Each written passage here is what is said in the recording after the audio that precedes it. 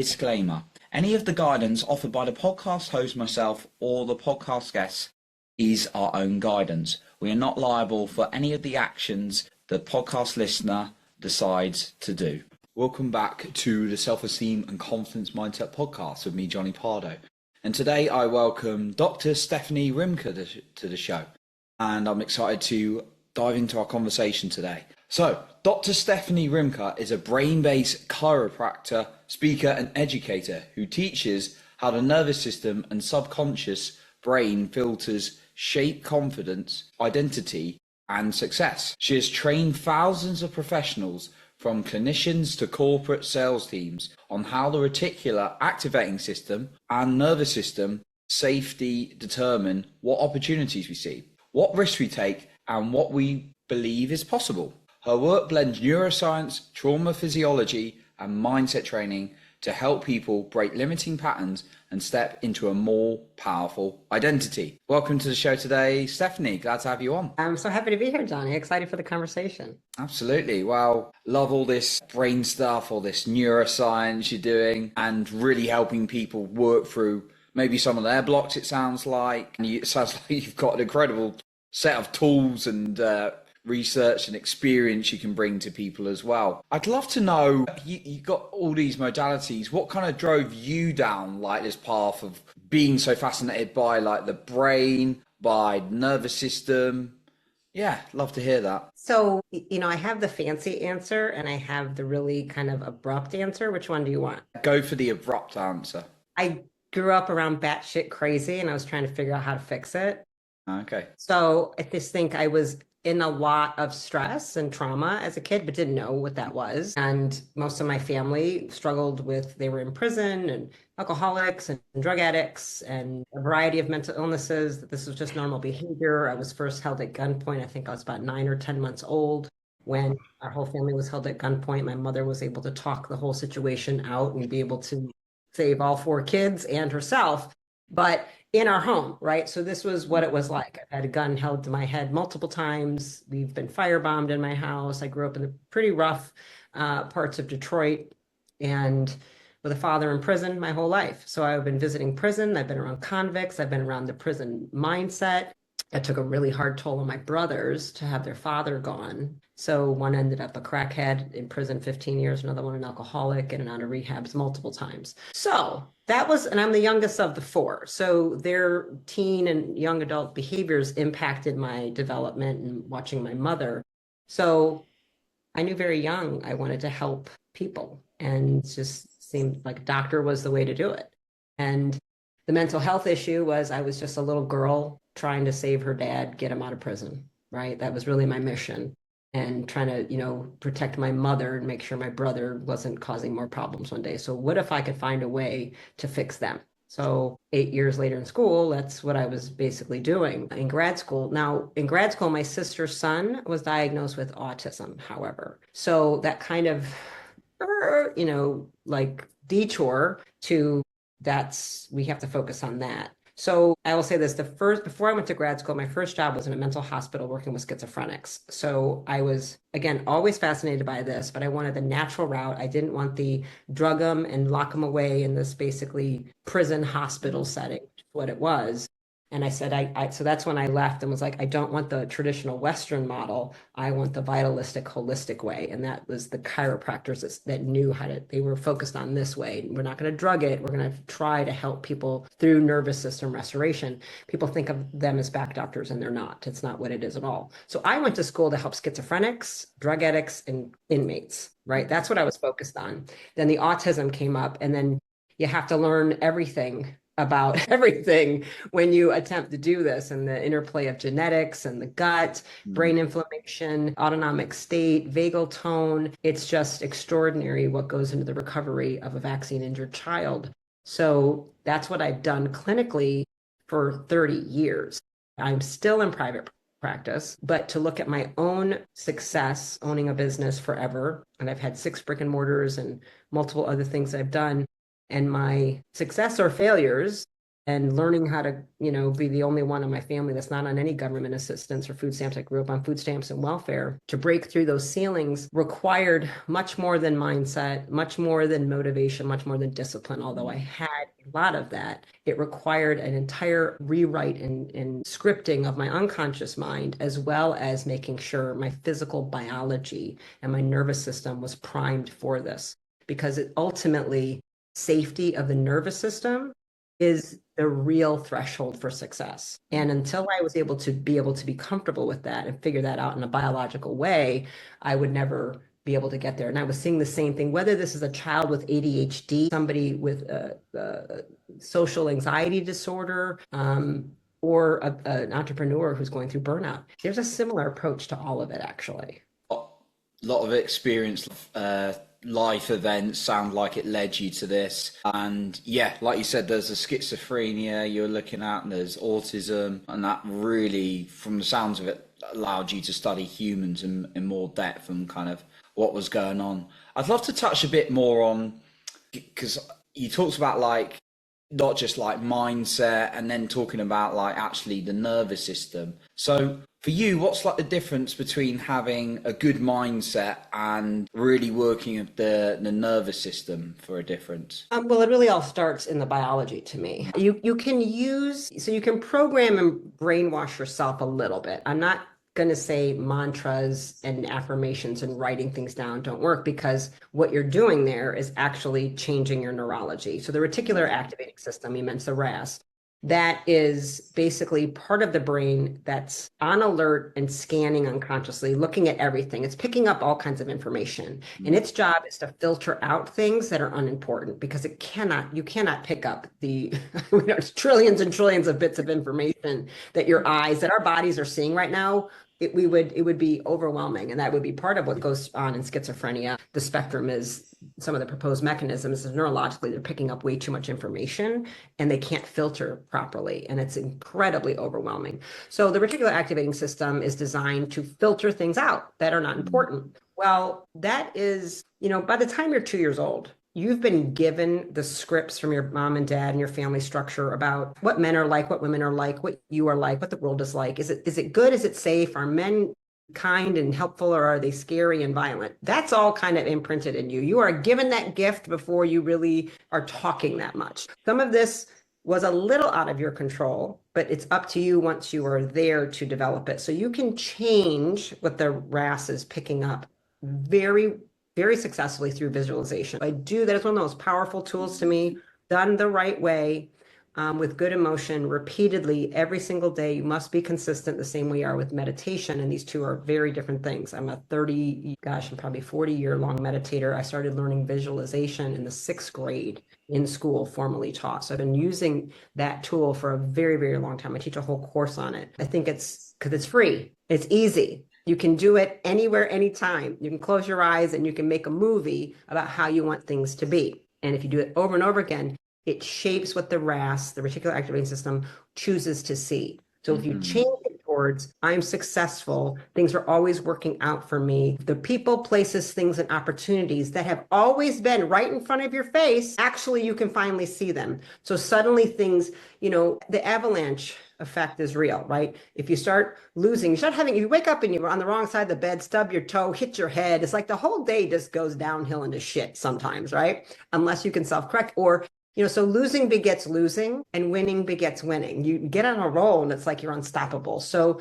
sometimes people get so in the pit of despair, of failure, of mistakes, of discouragement. I often start them with visualization. I'm like, can we just it's like being like a 3-year-old. We're going to use our imagination and we're going to play. And neurologically, that does change the brain. So that's really, really important. But biologically, the whole brain is always scanning the environment for safety. Your brain's number one job, the whole nervous system, is to keep you alive. That's more important. It doesn't care if you buy a big house, have a good car, are successful, what your first quarter revenue, what your margins are. That's not the life or death thing. So if the brain that's its primary job, if it's scanning the environment and it's always picking up information that you are not safe, By the way, women tend to pick up this information a whole lot more than men, hence part of the struggle sometimes, why it's not equal. No, we're not the same, right? Why it's not that men are better at us than business, but we have a different set of safety cues and threats that we are under, and we're trained this way since we're very little. So we're scanning the environment for very different things than a man is scanning the environment for, and things that would trigger nothing in you can completely change the nervous system of a woman. Okay. So one, there's that. So it is really, the nervous system is picking up information. If it is not safe, it goes into protection mode. That is contraction. It doesn't want to be visible. It doesn't want to grow. It doesn't want to expand. To be successful and have a positive mindset and be, an entrepreneur, be successful at anything, you have to want attention. You have to want to be visible. The only way you're going to do that is if you feel safe. So the biology is there. It's not going to let you think, go out there and get a lot of attention, be confident, make them see you. If the biology override, no, shh, quiet. So it's going to override that. The brain will always override the unconscious part, and the brain stem, the prefrontal cortex. The prefrontal cortex, the high executive in the front, the CEO, it can't even come online in a state of severe fear. It's not supposed to, because it's too slow. You need the more instinctual kind of reflexes to take over because it's much faster.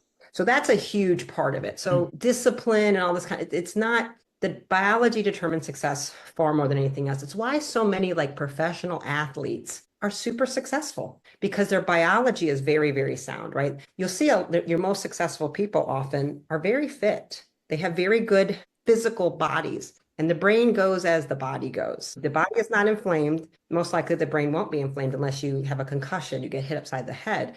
The bigger the body gets, the more inflamed the body gets, the brain will eventually become inflamed as well. That blood-brain barrier will break down, and a brain on fire or inflamed is not thinking well. It doesn't feel safe. It's not picking up signals that attention, visibility, I'm beautiful, the world loves me. That's not what that brain wants you to know, because it wants you to hide, go inside, get in like a wounded animal, get dark, hide. We need to heal. So there's real biological drivers to even mindset. Makes a lot of sense from what you're saying, like the body being a big factor, and like, yeah, a lot of people in really good shape. I want to someone say like entrepreneurs, like a kind of like a top entrepreneurs, like a top kind of like athlete. You need to be like training your body for it in a way, which, yeah, made a lot of sense to me. I want to touch on visualization though, that you mentioned a couple of times.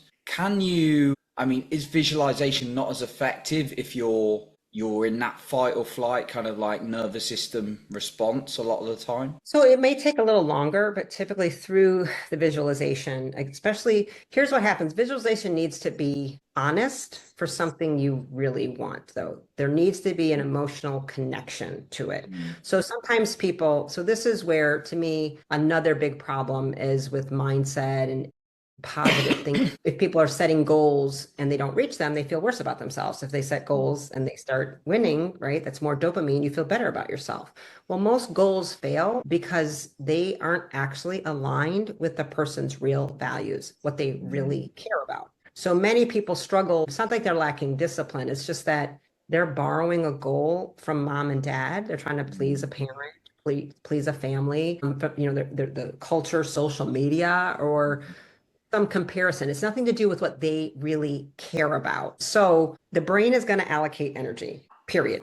And it has to figure out, it's very efficient, and it's not going to waste its energy on stuff that's not important to it. So let's just say, you value stability and safety, and you try to start a business. Well, owning a business, exactly, you laugh, right? Owning a business, it's very uncertain, and there's not a lot of safety and stability. Let's say, so you're probably not going to put a lot of energy into it because your whole biology, your nervous system is pushing you away. So I'm just going to say that. But if you value freedom, and freedom is one of my top 3 values for a very long time. So working for someone is like death to me. I'm like, so I haven't worked for somebody in like 35 years. I'm not a good employee. I cannot be hired. I'm unemployable, right?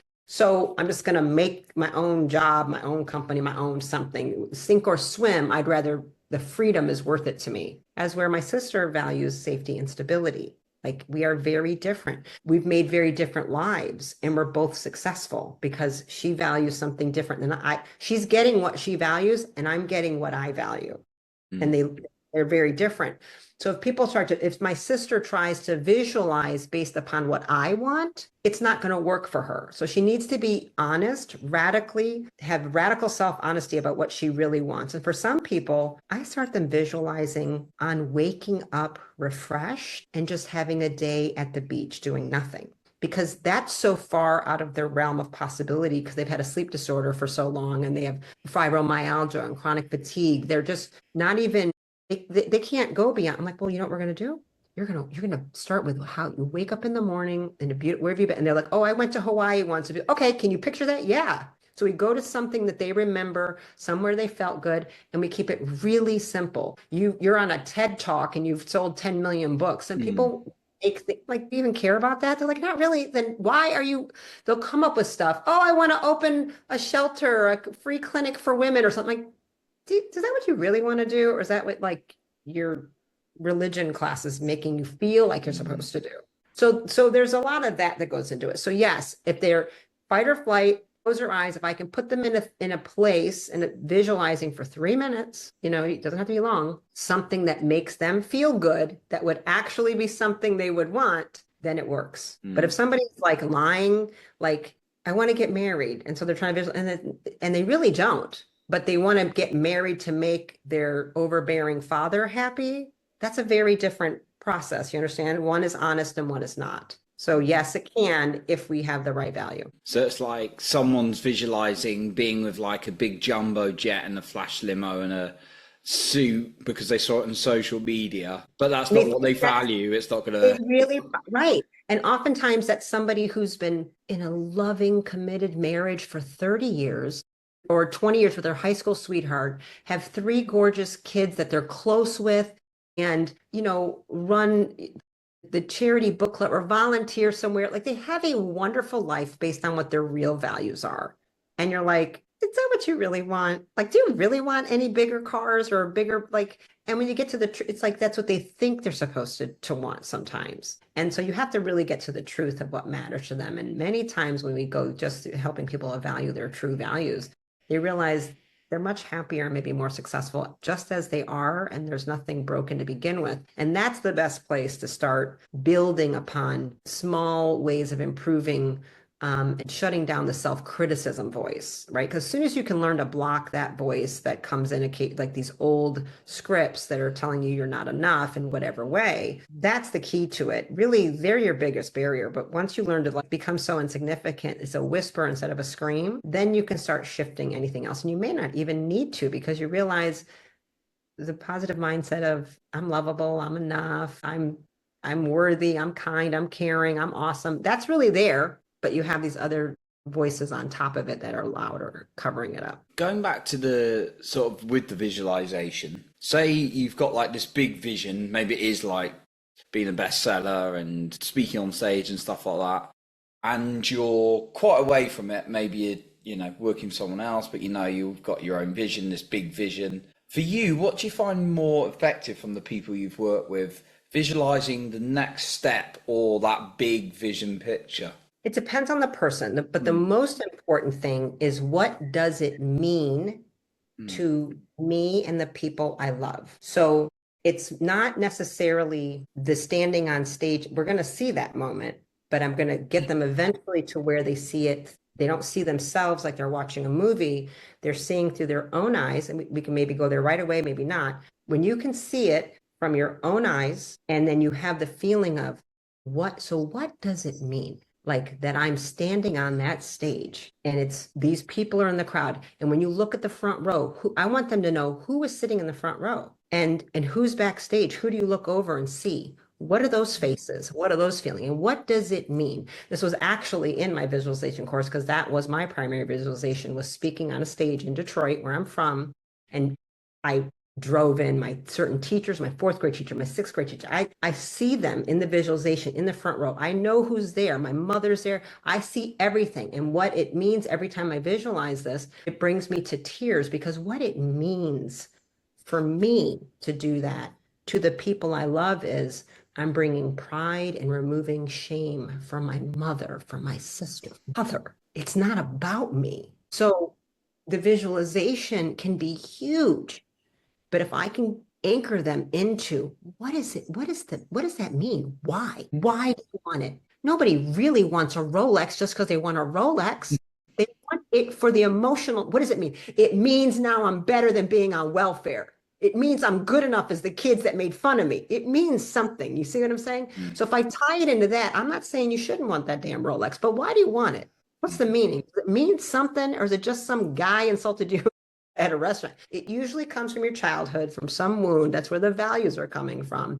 So yes, we can maybe go small. It depends on the person and where they can be stretched. So I've taken people small and built them up, or we've gone right in some. It's real big. And it may be that visualization is going on 2, 3, 4, 5 years. Doesn't matter. But everything along the way leads to it and things like it. But I have to be able to have them anchor into the impact of, well, what does it mean? Why? Why do you want that? And it usually has an emotional healing component. And if we get that, that's what you're visualizing. So if someone can't join up like, oh, why do I want this?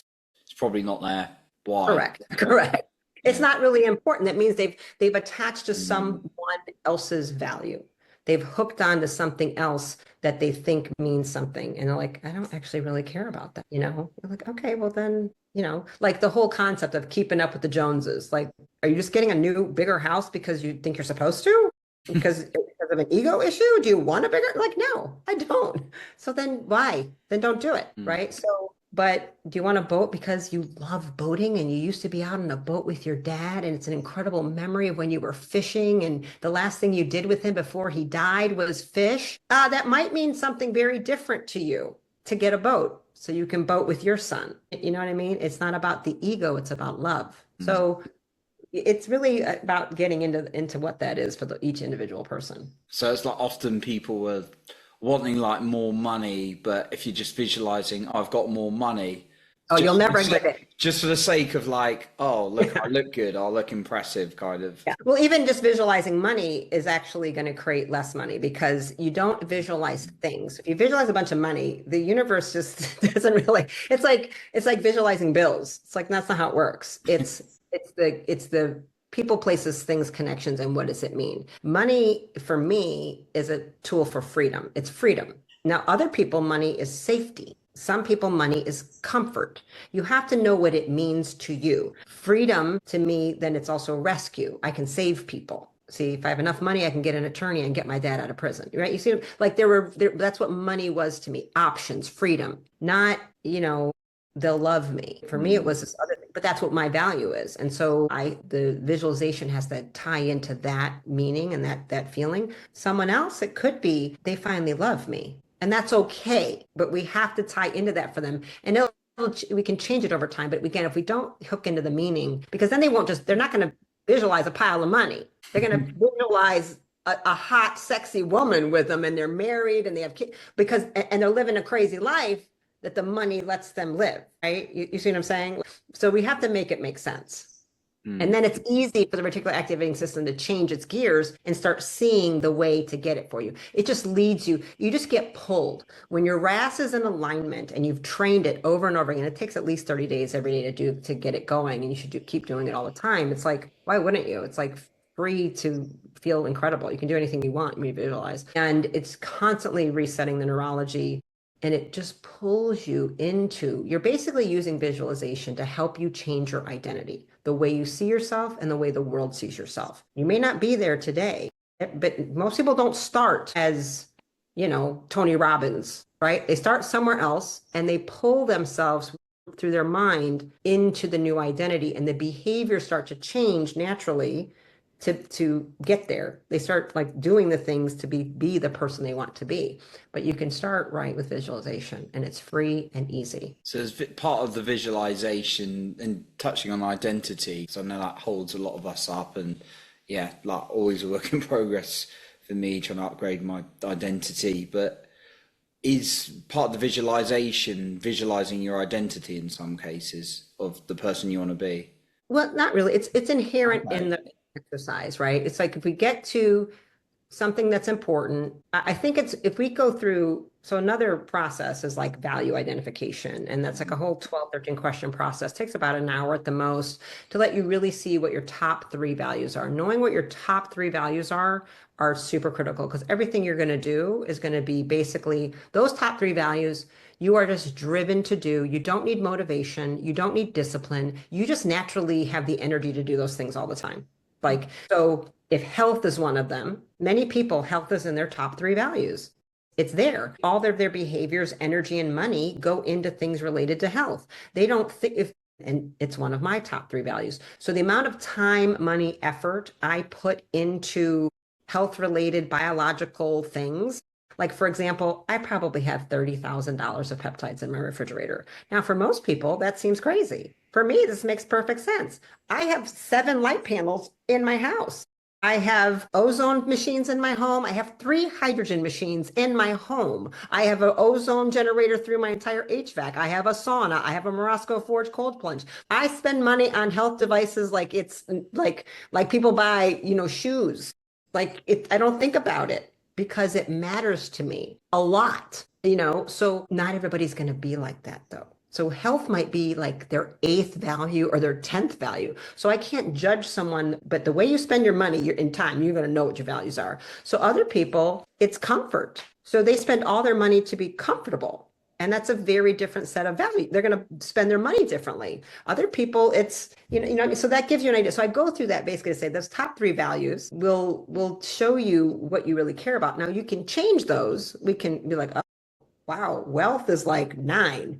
Well, you're never going to have money if wealth is 9. Okay. So, and if safety is number 1, I'm like, you still want safety. Now, safety, there's nothing wrong with safety as a value. I'm not saying that. And that you can have an incredible life with safety there. And there's a reason a child made that decision because their childhood was unsafe. So it makes perfect. I've seen horrible childhoods, kids who had horribly dangerous childhoods become some of the greatest parents you've ever seen because safety and stability became 2 of their values. And they did everything on earth to guarantee their children would have safety and stability. That's a beautiful thing, but they're not built to be entrepreneurs, let's say, right?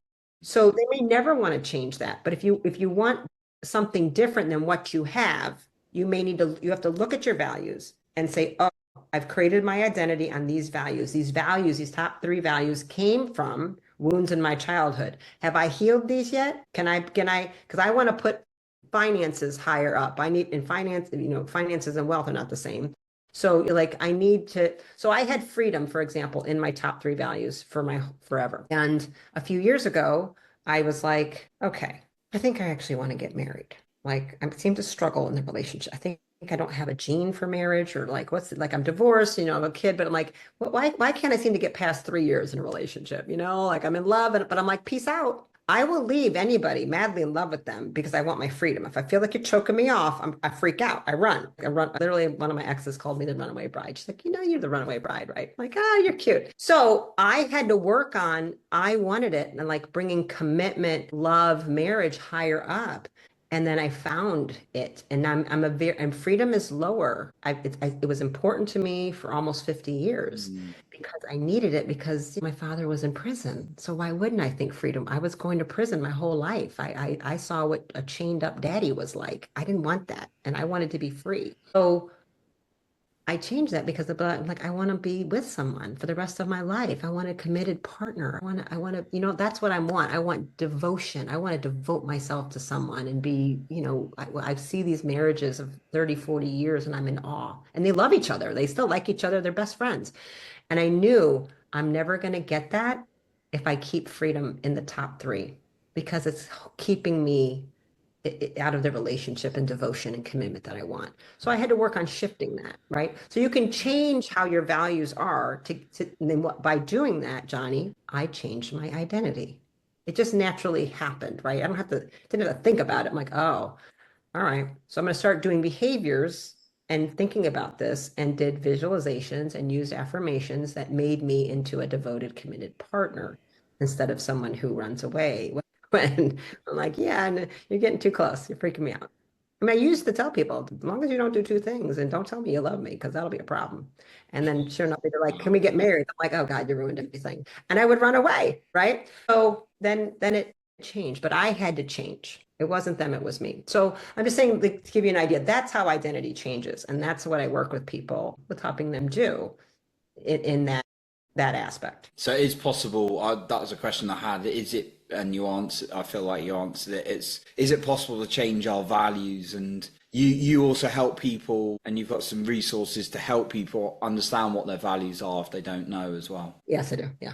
Yeah, no, that makes a lot of Yeah, sense. got some free YouTubes. I'll send you some of that. I do a lot of this free, and I do have some courses. So I give some freebies away that'll get you started, and then I do courses. I have a visualization course called the V-Bomb, and then I'm working on another entrepreneur called the F-Bomb. It's the Financial Freedom Fund. I might drop a few F-bombs in it, and we're relaunching that. And I do a self-leadership program for entrepreneurs as well. And we go through the values, and I coach them on that. I get obviously a lot of women that come to me. Obviously, I have coached men, but I tend to probably be better for women because I'm going to speak to the feminine aspect that many women have become so masculinized, and they are not accepting and loving the feminine part of them, and they're trying to do things like a man. And I'm like, that's pushing and forcing, and you are not letting yourself be the greatest part of who you are. And there's nothing weak about softness. There's nothing about the vulnerable emotional power we have. We are intuitive and holistic. We feel everything. That is not a detriment. That's my fucking superpower. And I will never shame the feminine part of myself anymore. That is my entire right hemisphere. And it is a direct access telephone ATT line to God. And I can hear things there that I cannot hear in my left hemisphere. So, women bring that. And that's what I did write about in my new book, to talk about that, because too many women are getting caught up in the hustle grind thing and pretending that they're supposed to be like little versions of men. I'm like, that's not how we do it. Why are you doing it like that? And it's exhausting. I did it like that too, because culture told me I was supposed to, right? And women don't feel safe most of the time. Little girls don't feel safe as girls. It's scary. The world is a scary place for a little girl, and we have a lot of threats physically at us and sexually at us, and it's scary. My mother, you get raised very different, and what you're taught to do and how you look and how you carry your keys so you can stab someone in the eye if they try to grab you. It's a very different world for a little girl than a little boy. And everybody knows it. Let's not act like we don't realize that. So we bring that into, we have to act masculine. I was a tomboy and I was praised for it. And I brought that into the business world. I brought that into the way I doctored people. And it took a while to figure out, well, this is exhausting, and this is not authentic. Actually, this is not really who I am. And so I had to embrace my own softness and femininity, and I've been teaching a lot of women to do that. Like, no, we're not competing, we're harmonizing with each other, and it's going to look different, and that's okay. So a lot of business coaching that men give women, it's not helpful, because you have a 24-hour testosterone cycle. I'm 53, Johnny, and I still have a monthly cycle like clockwork. So I'm on a 4-week hormonal cycle. You're on a 24-hour testosterone cycle that almost never changes. It's 24 hours. It aligns with the clock. It aligns with the calendar. I do not do that. Every week of the month, I'm a very distinctly different woman that has different ways of thinking and moving and sleeping and eating and working out and fucking. Honestly, I'm very different. Now, when menses will stop, there'll be a little bit of a change. It's a little bit more monochromatic hormonally, but it's a very different world. And when I teach women that, especially, I'm like,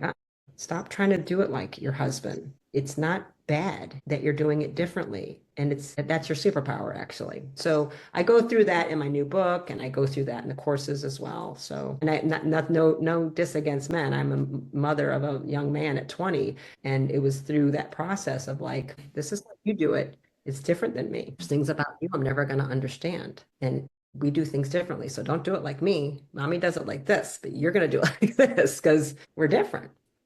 I love the fact you take those differences into account. I've seen it in many, like, years ago coaching programs. Like, okay, we're going to do like this 2-week sprint of hustle to grow our businesses. That kind and work really great for men. Many of the things, the weight loss programs, 75 hard, and all these things, it's nothing wrong with that. You need to get off their asses and do hard stuff, right? Women have a power. Our superpower is reception, receiving. You're the giver. Men give. I receive. Our biology shows it. You have a thing that goes inside of me, right? I am the receiver. I'm the receptacle. And I take something very small and I make it bigger. I can take one egg and turn it into a whole human being. I made billions of cells and made a human. I magnify. Women magnify. You give me some food, I'm going to turn it into an incredible creation. I'll take a house and turn it into a home. We make everything bigger. We multiply, magnify. And the masculine helps contain that, control it, and direct it. We all have the masculine and feminine within us, of course, and we have to use those parts of us together. But I think too many of us have been I'm only supposed to be masculine, linear, direct, logical, hit an arrow, hit a target, and think the feminine ways of slowing down, being with it, receiving, getting quiet, letting people help you. Women are really struggling, like as if it's weakness. I'm like, why wouldn't you let him open the door or carry your bag? What is wrong with you? Like that's his job. And you just castrated him by not letting him give to you. If the masculine can't give, he feels impotent. So my own masculine has to give to myself and my own feminine has to receive. But I now clinically let my feminine leads more than it used to. I used to be very feminine, has led much more clinically for a long time. And it's that holistic, intuitive, empathic sense that helps me get results where other people cannot, because I'm not using just one part of my brain. Yeah, it sounds like I know that we all have like whatever gender we identify as, we have like that masculine and feminine, but you, with a lot of the women you support, it sounds like you're giving them more permission to come back to feeling into their feminine rather than hiding it away or shutting it down. Correct. Oh, okay, that's amazing. So, Stephanie, I know you are helping a lot of women and you've mentioned a couple of your resources that you support. So, I'd just love to know which of those, or as many as you like, are the best places to reach out to you to get support. And if there's anything you'd like to leave us with today in terms of a final point, you've dropped a lot of golden nuggets today. Thank you, Johnny. It's been an absolute pleasure. So I'm going to make sure you have a link so all of the listeners can get a free masterclass that I did about my book. It's called Receive, the Dance of Feminine Power. And here's the shocker. The amount of men who've read my book and love my book, and my brother actually came on the masterclass and it was like so cute. My brother and my Oh, sister. The foreword was written by Mary Ruddick and some other guests were on there. So a really beautiful masterclass, about 90 minutes. And there's some I did a visualization technique on there, and we that's included in some PDFs.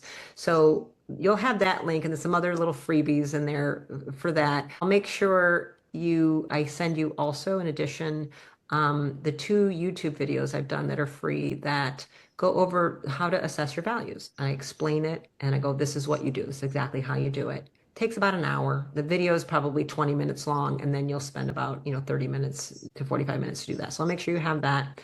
So primarily so I have 2 websites. So drrimka.com is where the clinical information is. I'm not really looking for patients, but we do take patients, and I have health coaches, and I do neurofeedback and sound therapies. And again, I do brain changing neuroplastic therapies that are permanent for life. We're pretty busy, but always, if you have ADHD, dyslexia, anxiety, you're struggling with something like that, please go there. I have a tremendous amount of resources. Even if I'm full, I have courses there available. But my website for the book is called yoursoulbeautiful.com. I'll make sure you have that. And that's where the book sits. And again, that's where they'll get the free masterclass. And, they both take you both places. You can get, but one lets more of the feminine soft come out, the Your Soul Beautiful, and the Dr. Rimka is a little bit more of the clinical and courses. So if you're interested in, you're a man or a woman, I mean, a lot of my courses are for men. I do like biohacking, but I hate the word. So it's like biohealing, and I call it serenity science. So I bring like peace and love and a little woo-woo into the peptide space, into the red light therapy, into the photobiomodulation. I've been using all those things clinically for a long time. I sit on 7 medical advisory boards of corporations. I product formulate nootropics and things like that. But it's much more interesting to me to talk about the psyche and talk about your values and your identity, and just helping people remember that if you feel safe biologically, and the nervous system is safe, and your values, success is really a whole lot less complicated. Success, whether it's in money marriage, life, friendships, or health. It's a lot less complicated than you think if we get those in line first. I love that. So many resources and support you've got there, Stephanie, to support people. So all of those resources, the book, Stephanie's clinic, those free YouTube videos she's very kindly given to help you with your values. It's all going to be linked in the show notes below. So yeah, a big thank you for all that value, Stephanie, and coming on today and everything you're doing. It's been my pleasure, Johnny. Thank you for doing this. Awesome. No, thank you. So that concludes today's episode. And remember to lead with your heart and not with fear.